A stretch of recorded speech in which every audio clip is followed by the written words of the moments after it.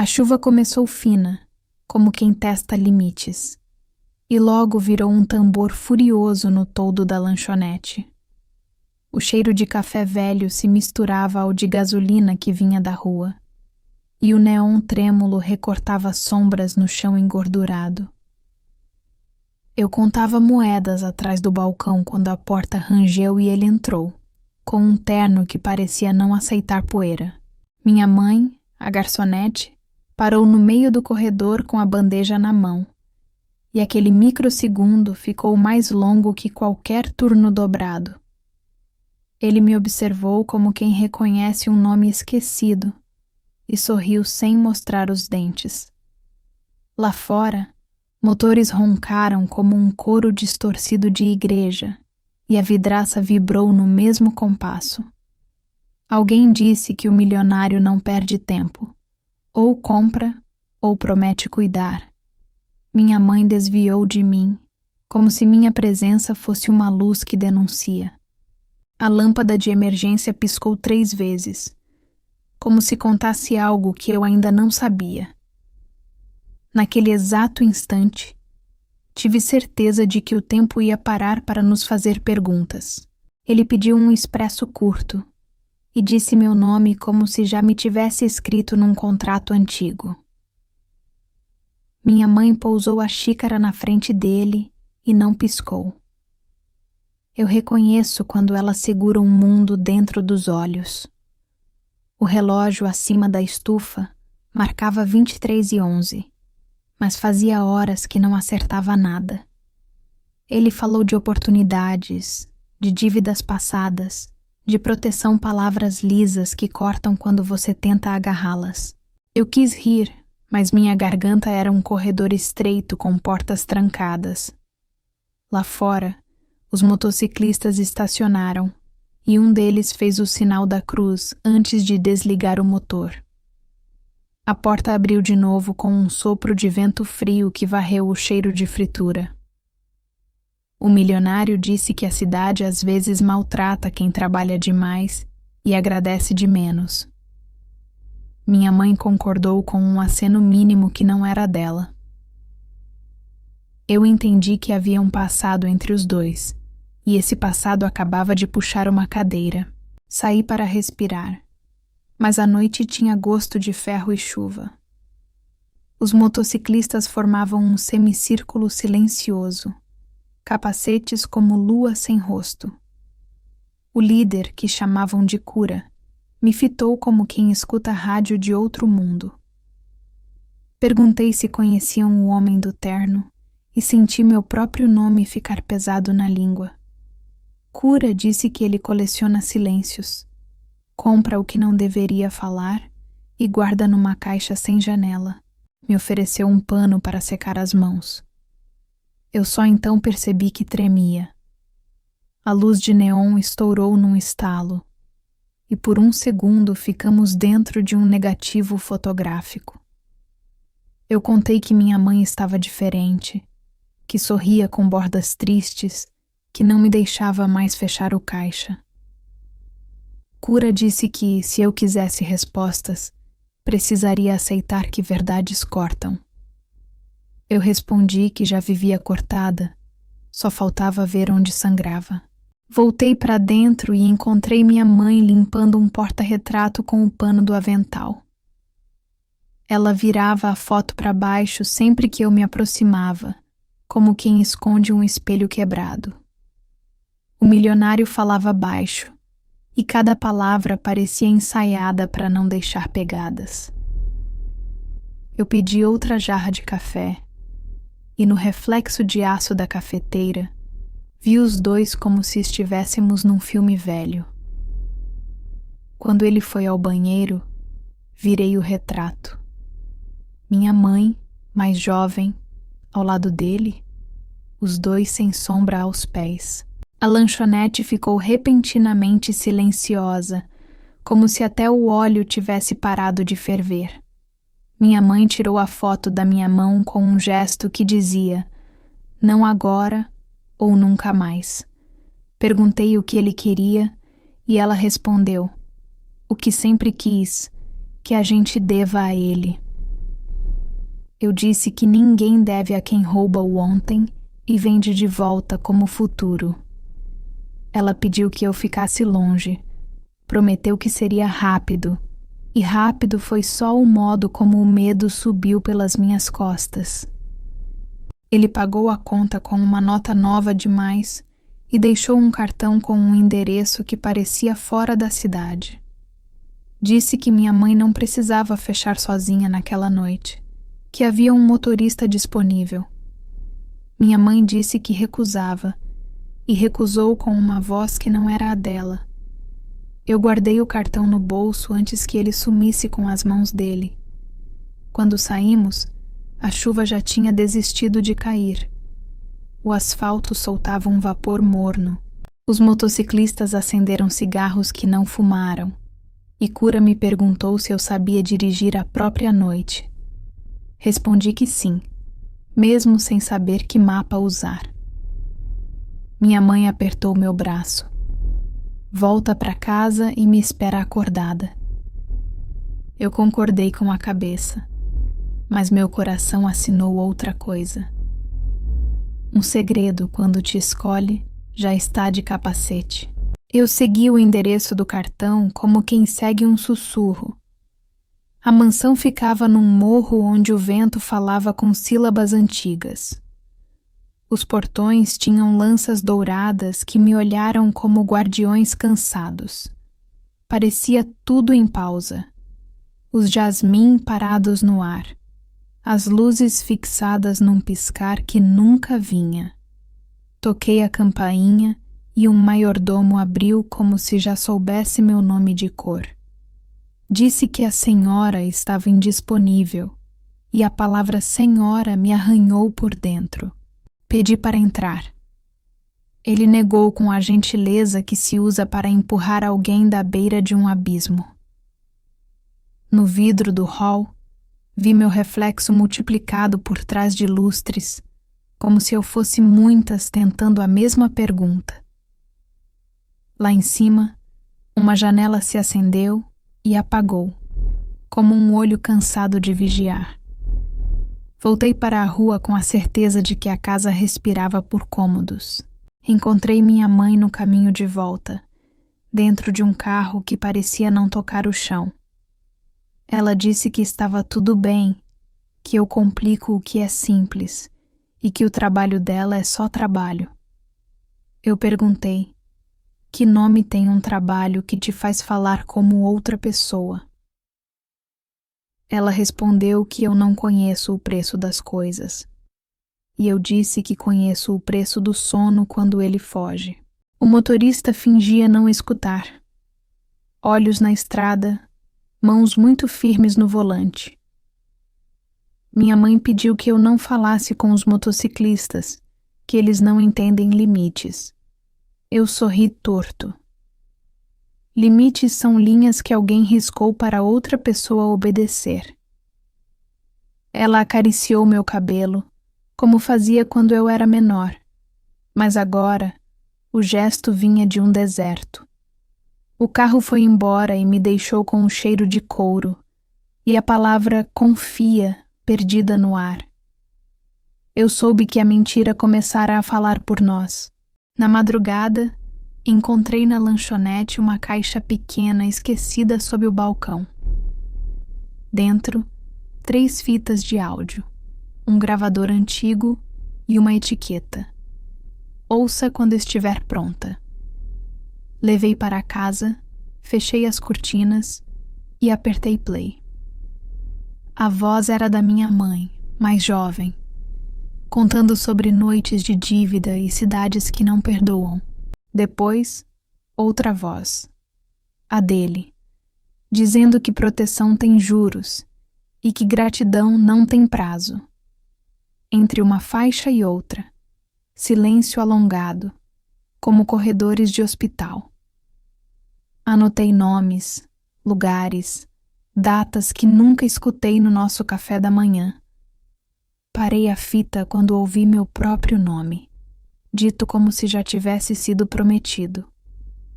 O céu começou a clarear com uma luz cansada, e eu entendi que amanhecer não é sinônimo de paz. As fitas terminaram, mas a caixa parecia mais pesada do que quando a abri. Voltei à mansão no início da noite seguinte, sem convite e com as fitas no bolso. O maiordomo olhou para mim como quem vê um erro repetido. Eu disse que trouxe lembranças antigas para devolver a quem as tomou. Ele me conduziu a um salão onde os relógios tic-tacavam em horários diferentes, como se cada um tivesse seu trauma. O milionário me esperava com chá, e eu me perguntei quantas pessoas ele já serviu antes de engolir. Perguntei o que ele quer com a minha mãe. Ele respondeu: só o que me é devido. Eu falei de trabalho. Ele falou de destino. Eu falei de descanso. Ele falou de segurança. Quando mencionei as fitas, um músculo invisível se moveu no rosto dele. Ofereci um acordo. Minha mãe livre, e eu não volto a pisar naquela casa. Ele sorriu como quem acha graça da inocência e disse que alguns resgates já foram pagos com futuros. Saí atordoada e encontrei os motociclistas parados ao longo da rua, motores mudos, faróis como velas. Cura tirou o capacete e deixou o vento bagunçar um cabelo que parecia sempre no lugar. Ele perguntou se eu estava pronta para ouvir o que não queria saber. Respondi que o pior já estava dentro de casa, trancado na gaveta onde guardo nossos talheres. Os outros formaram um corredor, e eu caminhei por ele como quem retorna de um julgamento. Cura disse que o milionário não pega pessoas. Ele pega as escolhas delas e veste de seda. Contou que minha mãe salvou alguém anos atrás e que o preço cobrado nunca terminou de ser pago. Eu perguntei por que só agora tudo estava sangrando. Ele disse que algumas dívidas amadurecem como tempestades. A gente só nota quando o primeiro raio cai. Eu olhei para a mansão e senti que a noite tinha engolido meu sobrenome. Encontrei minha mãe sentada na cozinha da nossa casa, a janela aberta para uma madrugada que não arejava nada.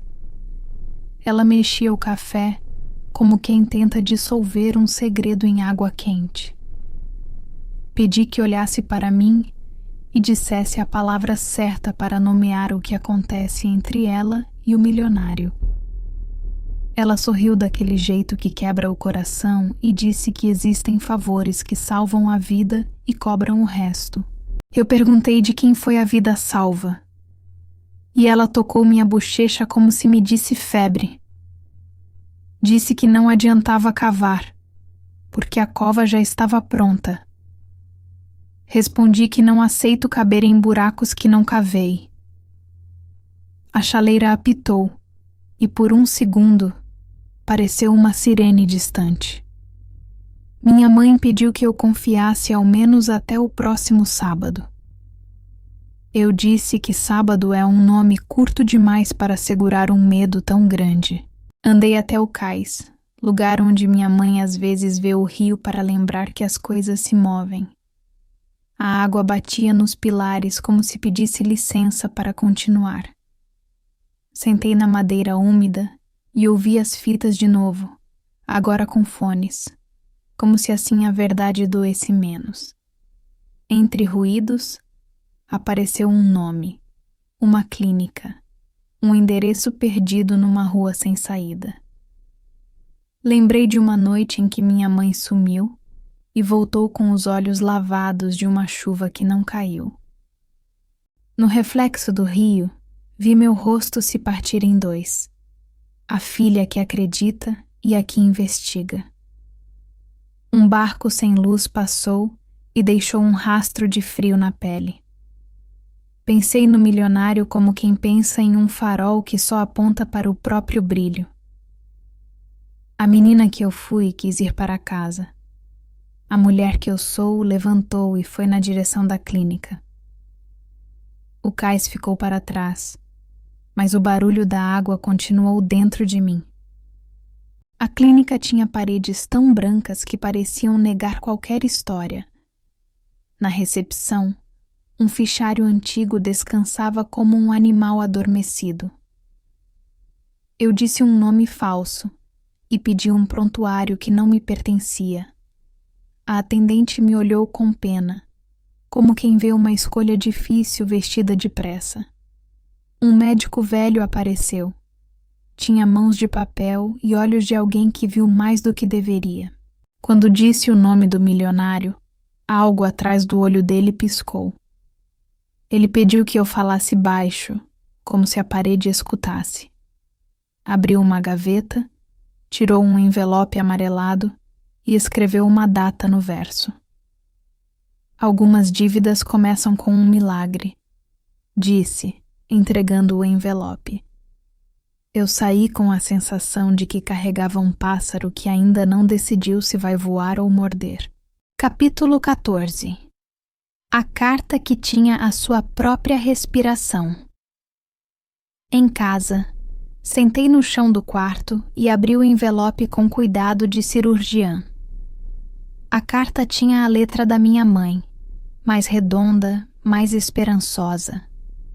Ela agradecia uma internação urgente, uma chance concedida, não diga a ninguém. Falava de mim como quem fala de uma casa em construção, telhado frágil, paredes teimosas. No rodapé, o nome do milionário e uma promessa que não terminava. Até que senti meus dedos formigarem como se tocassem uma cerca elétrica invisível. A carta cheirava a desinfetante e a café derramado, uma mistura impossível de apagar. Entendi que minha vida sempre teve uma sombra no rodapé. Dobrei o papel e guardei no sutiã, perto do coração, para que ele aprendesse o peso. Depois apaguei a luz e descobri que o escuro não faz acordo com ninguém. Encontrei o cura e os motociclistas no beco atrás da lanchonete, onde o vento viaja com segredo. Ele me perguntou se eu estava pronta para ficar do lado de quem fica do lado de ninguém. Respondi que estou do lado de quem não tem quem fique. Cura explicou o código deles. Não se vende nome, não se guarda silêncio alheio, não se paga com o futuro o que foi roubado do passado. Eu disse que precisava de ajuda para entrar na mansão sem convite. Ele sorriu como quem vê uma faísca cair na gasolina. Ajuda não é resgate, disse. É companhia até o portão. Eu aceitei a companhia e o risco, e senti a noite me vestir com uma jaqueta e um aviso. Os faróis acenderam como velas alinhadas para um ritual. Eu subi na garupa e o asfalto respondeu com um rugido que parecia sim. De madrugada, a cidade engasgou e as luzes caíram, como se alguém tivesse puxado o fio do céu. A lanchonete ficou aquietada, só o relógio insistingindo em um 0000 que não passava. Aproveitei a sombra para vasculhar o armário onde minha mãe guarda as coisas que não combinam com o balcão. Atrás de pacotes de guardanapo, encontrei uma chave antiga, pesada como uma lembrança que não se dá conta. No chaveiro, um número gravado à mão, 23. A rua lá fora tinha motores respirando baixo. Cura vigiava a esquina como um cão silencioso. Desci a porta de ferro do comércio e guardei a chave no bolso interno. Quando a energia voltou, a lâmpada piscou 3 vezes e estabilizou, como um coração que decide sobreviver. Minha mãe chegou logo depois, molhada de chuva que não vi cair. Nos abraçamos sem dizer nada. Mentimos que estava tudo igual. Voltei à mansão com a chave 23 queimando um círculo no tecido do casaco. O maiordomo tentou me barrar, mas a noite estava do meu lado. Alguém falou ao interfone e o portão abriu. Dentro, os relógios batiam cada um a sua sentença. A chave encaixou num escritório secundário atrás de uma estante com livros sem poeira. O carpete engolia meus passos e devolvia um silêncio sólido. No cofre, o ar tinha gosto de metal e couro antigo. Encontrei um caderno de capa preta e fitas idênticas às minhas, catalogadas como se fossem insetos.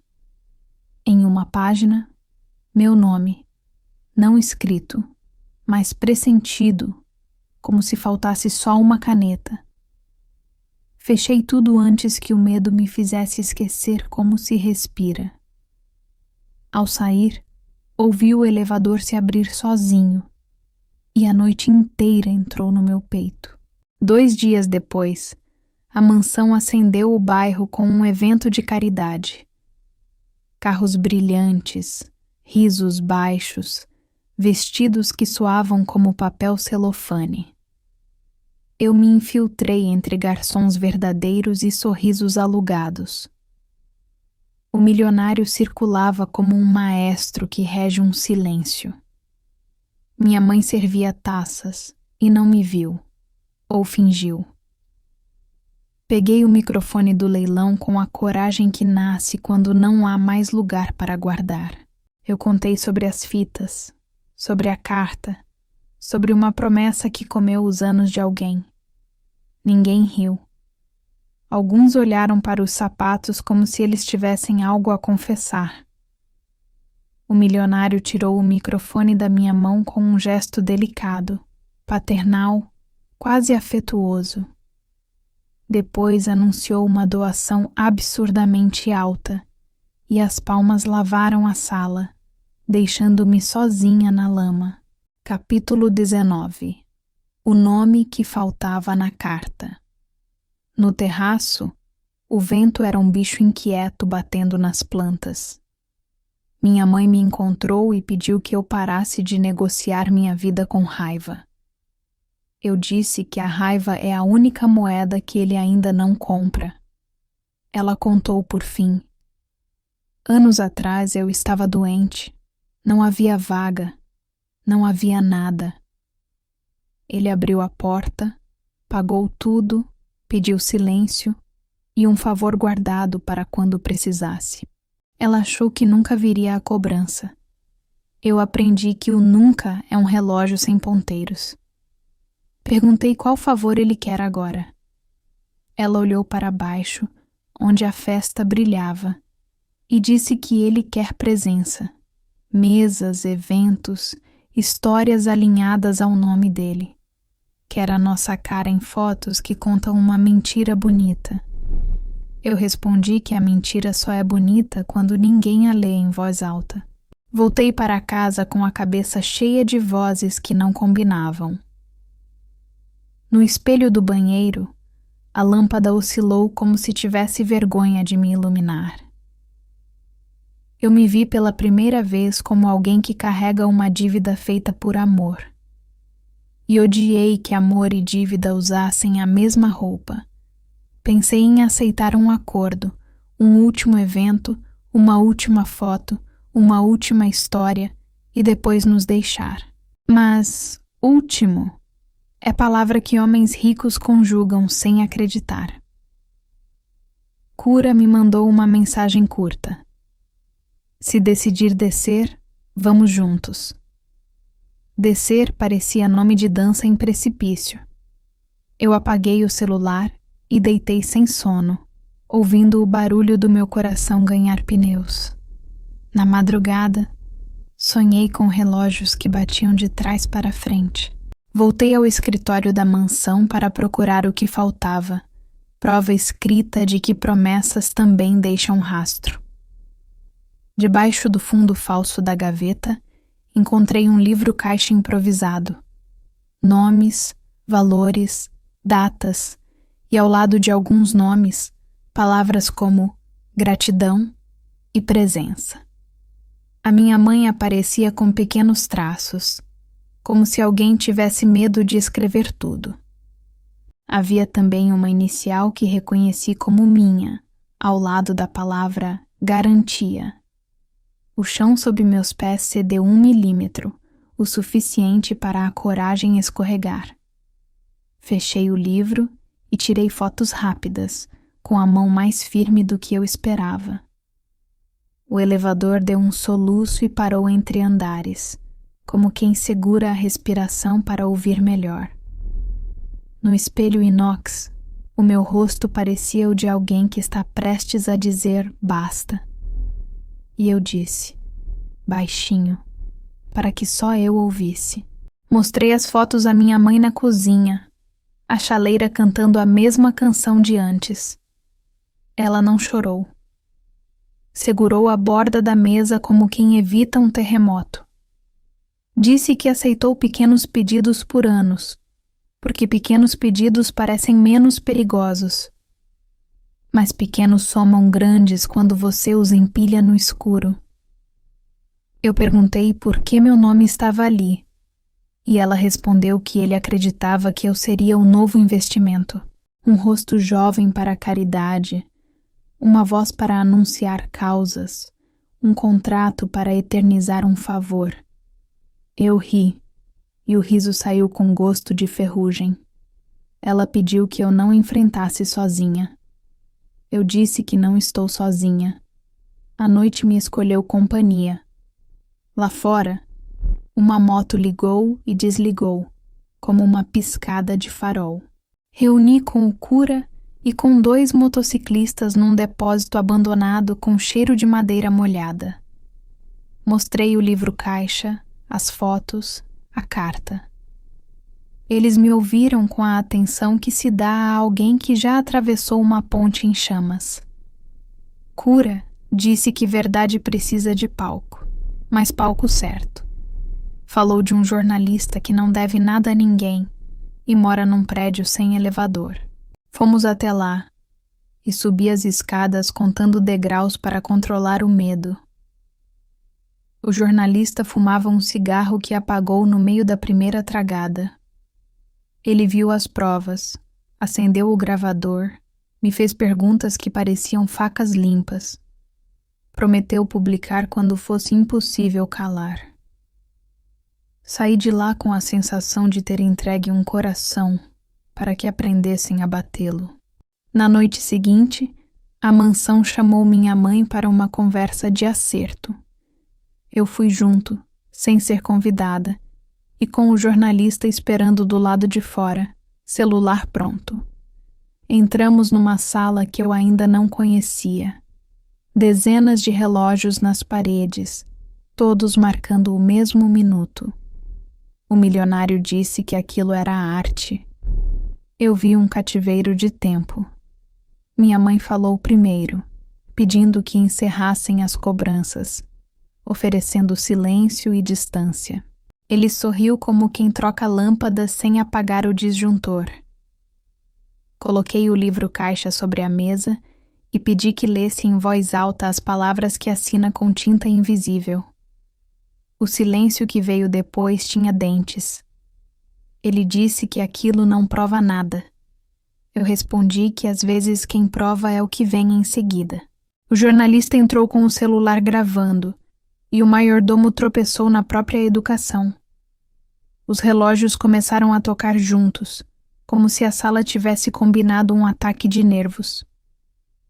Cura abriu a porta dos fundos e mais 2 rostos conhecidos apareceram para olhar sem baixar a cabeça. O milionário tentou sorrir e ficou com a boca cheia de vidro. Minha mãe respirou fundo e disse, pela primeira vez, que não devia mais nada. Ele levantou, alto demais, e o terno pareceu um uniforme antigo. Eu falei o meu nome inteiro, para que ficasse registrado no ar, e disse que não estamos à venda. O jornalista perguntou se ele confirmava a prática de cobrar presenças como pagamento de favores médicos. Os relógios pararam de repente, e o silêncio fez um som que eu nunca tinha ouvido. Do lado de fora, os motores ligaram ao mesmo tempo, como um veredito.